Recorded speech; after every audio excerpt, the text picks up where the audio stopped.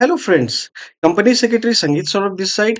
तो फ्रेंड्स, काफी दिन से हमारे बहुत सारे फ्रेंड्स थे जो कंटिन्यूअसली मुझे मेल कर रहे थे कि सर, पावर ग्रिड में assistant officer training company secretary की वैकेंसी आई हुई थी। काइंडली सर इसमें गाइड करें कि टेक्निकल पार्ट वगैरह की हमें प्रिपरेशन कैसी करनी चाहिए। तो फ्रेंड्स, जहाँ तक सिलेबस का पार्ट है तो कोई गवर्नमेंट एग्जामिनेशन में कोई स्पेसिफाइड कोई सिलेबस होता नहीं है। और जहाँ तक कंपनी सेक्रेटरी डोमेन का की बात की जाए तो ये सिलेबस इसमें काफी वास्ट होता है। इसमें इतना ज़्यादा सिलेबस इसमें होता है कि क्या पाना कि कौन सा टॉपिक आपके एग्जामिनेशन में आ सकते हैं, कौन से नहीं। ये कह पाना अब काफ़ी मुश्किल होता है। लेकिन फ्रेंड्स, फिर भी मैंने अपने एक्सपीरियंस के हिसाब से मैंने आपको इसमें एक इम्पोर्टेंट टॉपिक्स मैंने बताया है, जिससे कि आपको एग्जामिनेशन से पहले ज़रूर करके जाने चाहिए। ये सारे वो इम्पोर्टेंट टॉपिक्स हैं जिसमें कि पावर ग्रिड में assistant officer training company secretary में एग्जामिनेशन में आने का मैक्सिमम नंबर ऑफ चांसेस है। तो चलिए फ्रेंड्स, स्टार्ट करते हैं अपने सारे टॉपिक्स को एक-एक करके। तो फ्रेंड्स, इसमें सबसे इम्पोर्टेंट टॉपिक जो है वो कंपनीज एक्ट 2013। अब कंपनीज एक्ट 2013 अपने में इतनी वास्ट है कि इसमें सारा चीज को कवर कर पाना अपने में इट्स लाइक एन ओशन। लेकिन फिर भी अगर इसमें मैं थोड़ा समराइज अगर करूं तो आप एटलीस्ट जो प्रोविजन जितना कुछ मैंने बता रखा है इस चीजों को आप जरूर करके जाइएगा। तो इसमें आप देख देख के करिएगा कि आपका सिक्योरिटीज प्रीमियम का एडजस्टमेंट जो होता है कि आप कौन से हेड में आप एडजस्ट कर सकते हैं, उन सारी चीजों को इसे आप जरूर देख के जाए। फॉर फीचर ऑफ शेयर को आप जरूर देख के जाए। रिडेम्पशन ऑफ डिवेंचर्स जो उसे आप जरूर देख के जाए। एनसीएलटी के प्रोविजंस को आप जरूर देख के जाए। एसएफआईओ को आप देख के जाए। फिर सेक्रेटेरियल स्टैंडर्ड्स जो है एटलीस्ट उनका नेम जो है वो ज़रूर आप देख के चले जाएँ। साथ ही साथ आपकी प्रेफ़रेंस शेयर और स्वेट इक्विटी शेयर और राइट इश्यू, इसके प्रोविज़न्स जो है ब्रीफ, इसे आप ज़रूर देख के चले जाएँ। साथ ही साथ शेयर कैपिटल्स हो गए, मेंबर्स हो गए और की मैनेजरियल पर्सनल हो गए, ये काफ़ी इंपॉर्टेंट है, इसे आप ज़रूर देख के चल जाएँ। साथ ही साथ डिविडेंड का जो प्रोविज़न्स है इसे भी आप ज़रूर देख लें। एफपीआई यानी फॉरेन पोर्टफोलियो इन्वेस्टर्स, इसके बारे में हल्का-सा लाइट नॉलेज रख लें। सीएसआर काफ़ी इंपॉर्टेंट है, तो सीएसआर से रिलेटेड प्रोविज़न्स इसे आप ज़रूर देख लें।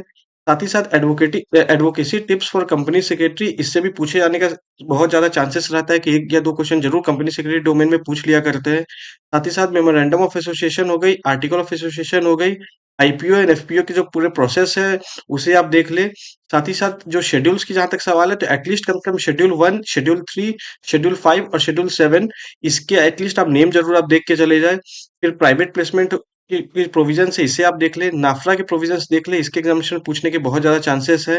कॉर्पोरेट गवर्नेंस का आप लाइट हल्का-सा आप नॉलेज रख लें।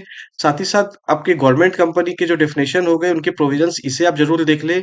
सीएंडएजी यानी सीएजी का पावर वगैरह जो है, इनके ऑडिट वगैरह प्रोसीजर्स, इन सारी चीज़ों को देख लें। चार्ज आपके एग्जामिनेशन में ज़रूर पूछा करते हैं, इसे आप देख लें। अकाउंट्स एंड ऑडिट देख लें, कंपाउंडिंग ऑफ ऑफेंस देख लें और बोर्ड ऑफ डायरेक्टर्स। तो एटलीस्ट कम से कम इतना प्रोविजंस जो है, इतना प्रोविजंस को आप ज़रूर देख के एग्जामिनेशन से पहले आप जाएँगे। इसके अलावा आपके पास टाइम बचेगी, फिर आप बाकी सारी चीज़ें उसे आप देख सकते हैं। उसी तरह से फ्रेंड्स, सेबी लॉ की जहाँ तक बात है, तो सेबी लॉ में SEBI ICDR regulation, SEBI LODR regulation, SEBI SCR regulation, SEBI SCST regulation, SEBI PIT regulation, prohibition of insider trading regulation, और एक और प्रोविजन है फ्रेंड, एक और रेगुलेशन है, SEBI real estate investment trust regulation. तो एटलीस्ट ये 5 जो आपकी मैंने आपको बता दिया, 6 रेगुलेशन, इसे आप जरूर आप ओवरव्यू देख के जाए। एग्जामिनेशन में डेफिनेटली इससे आपका क्वेश्चन आएगा। उसके साथ में आपकी जो इनकम टैक्स की आपकी जो बेसिक्स है, उसे आप जरूर देख के चल जाए। लाइकवाइज आप कस्टम, जीएसटी और एफटीपी की जो लाइट बेसिक है, इसे आप जरूर देख के चले जाएं। कॉर्पोरेट रिस्ट्रक्चरिंग को हल्का फुल्का देख ले, उसमें से खास करके आप आप थोड़ा सा इन्फेसिस करेंगे टेक ओवर के ऊपर, मर्जर एक्विजिशन के ऊपर, वैल्यूएशन के ऊपर, टाइम वैल्यू ऑफ मनी के ऊपर और रिस्क एंड रिटर्न के ऊपर। इस पे आप थोड़ा सा स्पेसिफिक आप ज्यादा फोकस करेंगे। साथ ही साथ सिंपल एंड कंपाउंड इंटरेस्ट का कैलकुलेशन कैसे होता है, इसे आप जरूर देख के चल जाए। इसके साथ में फ्रेंड्स, एक और एक्ट होती है लिमिटेशन एक्ट 1963, इसे आप ओवरव्यू जरूर देख के चल जाए। इससे 1 या 2 क्वेश्चन एग्जामिनेशन में जरूर आ जाया करता है। फेमा 1999, फेमा को भी आप जरूर देख के जाए। इससे भी पक्का 1 या 2 क्वेश्चन 100% है कि आपके एग्जामिनेशन में आएंगे। ज्यादा चांस है कि 3-4 नंबर के क्वेश्चन आपके आ सकते हैं फेमा के।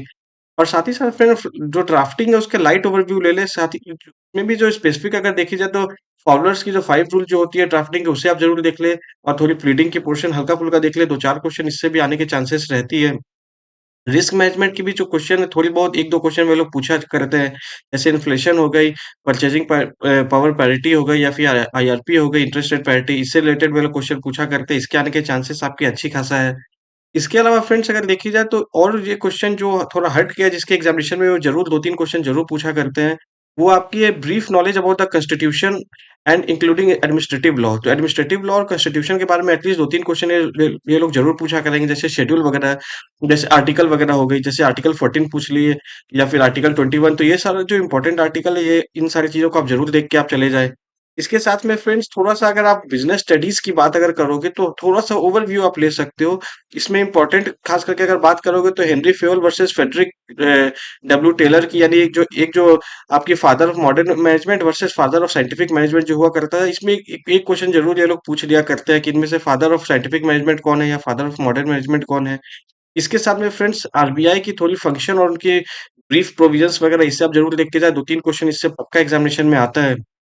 और उसके अलावा फ्रेंड्स थोड़ा-सा फाइनेंशियल रिपोर्टिंग अकाउंट्स की अगर बात की जाए, तो ओवरव्यू ज़रूर ले लें, 2-4 क्वेश्चन 100% है कि इस एग्ज़ामिनेशन में आपका कंपनी सेक्रेटरी डोमेन में 2-4 क्वेश्चन आता ही आता है।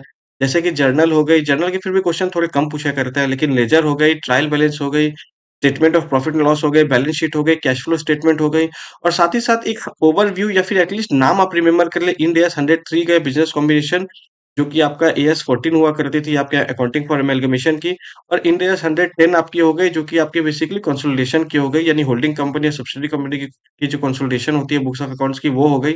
एटलीस्ट आप इनका नाम ज़रूर आप याद करके जाएँ। साथ ही साथ SEBI real estate regulation and development act 2016, इसकी आप लाइट प्रोविज़न ज़रूर आप देख के जाएँ, एग्ज़ामिनेशन में इसके 1-2 क्वेश्चन पक्का ही आएँगे। एलएलपी एक्ट 2008, इसके आने के चांसेस बहुत ज़्यादा है, इसके एग्ज़ामिनेशन में कंपनी सेक्रेटरी में पूछे ही जाते हैं।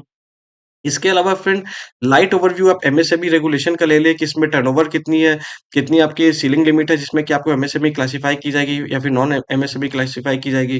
कंज्यूमर प्रोटेक्शन एक्ट 2019 की 1 या 2 क्वेश्चन एग्जामिनेशन में कंपनी सेक्रेटरी डोमेन में आते ही आते हैं। इंटेलेक्चुअल प्रॉपर्टी एक्ट जो है फ्रेंड ये काफ़ी इंपॉर्टेंट है, जैसे इसमें पेटेंट हो गई, कॉपीराइट हो गई, तो ये ट्रेडमार्क वगैरह ये काफ़ी इंपॉर्टेंट है। 2-3 क्वेश्चन तो आप मान के चलिए कि इसके अंदर से आपके एग्जामिनेशन में रहेंगे। और थोड़ा-सा लाइट ओवरव्यू आप बजट का ले लें, जैसे फिक्स्ड बजट हो गए या फिर फ्लेक्सिबल बजट हो गए या फिर ज़ीरो बेस्ड बजटिंग हो गई या फिर बजटरी कंट्रोल। इसके 1-2 क्वेश्चन्स एग्जामिनेशन में आपके पूछते हैं। इंडियन कॉन्ट्रैक्ट एक्ट 1872 काफ़ी इंपॉर्टेंट है, इसे आप देख लें। थोड़ा टाइम बचे तो आप सेल ऑफ गुड एक्ट 1930 भी देख सकते हैं, लेकिन उसे आप नहीं भी अगर देखते हैं, लेकिन इंडियन कॉन्ट्रैक्ट एक्ट आप ज़रूर देखिए, इसके क्वेश्चन पक्का आपके एग्जामिनेशन में आएँगे। इंसॉल्वेंसी एंड बैंक्रप्सी कोड 2016 ये काफ़ी इंपॉर्टेंट है, 2-3 क्वेश्चन आपके एग्जामिनेशन में इसमें पक्का से आएँगे। ट्रांसफर ऑफ प्रॉपर्टी एक्ट के 1 या 2 क्वेश्चन आपके एग्जामिनेशन में पक्का आएँगे। तो इसे आप ज़रूर देख लें। और थोड़ा-सा अगर आपके पास टाइम अगर बचे तो एकदम ब्रीफ नॉलेज आप ले लें इंश्योरेंस ओम्बड्समैन का। इसके आपके क्वेश्चन 1 क्वेश्चन आने के या फिर बैंकिंग ओम्बड्समैन का 1 क्वेश्चन आने के चांसेस रहते हैं, बट अगर टाइम बचे तो उसके साथ आप ले लें। फ्रेंड्स, ये मैंने समराइज़ किया जो इम्पोर्टेंट टॉपिक्स थे, जो कि आपके एग्जामिनेशन में कंपनी सेक्रेटरी में आपके पूछने के सबसे ज़्यादा चांसेस है। With respect to power grid. और फ्रेंड आप एक काम करें, आप जो कुछ भी मैंने आपको बताया है उन सारी चीज़ों को आप नोट डाउन कर लें। आप एक पेन पेंसिल ले लें, नोट डाउन कर लें, सारे टॉपिक्स को आप लिख लें और अपनी प्रिपरेशन स्ट्रैटेजी इसी डायरेक्शन में आप स्टार्ट करें। सबसे पहले जो टॉपिक मैंने आपको बताया है, इन सारे टॉपिक्स को आप खत्म करेंगे। उसके बाद फिर आपका फर्दर टाइम बचेगा तो फिर टेक्निकल पार्ट में आप कुछ और आप कर सकते हैं। तो चलिए फ्रेंड्स, अभी के लिए इतना ही। मिलते हैं फिर अपने किसी अगले वीडियो में। तब तक के लिए take care and subscribe our channel. Thank you.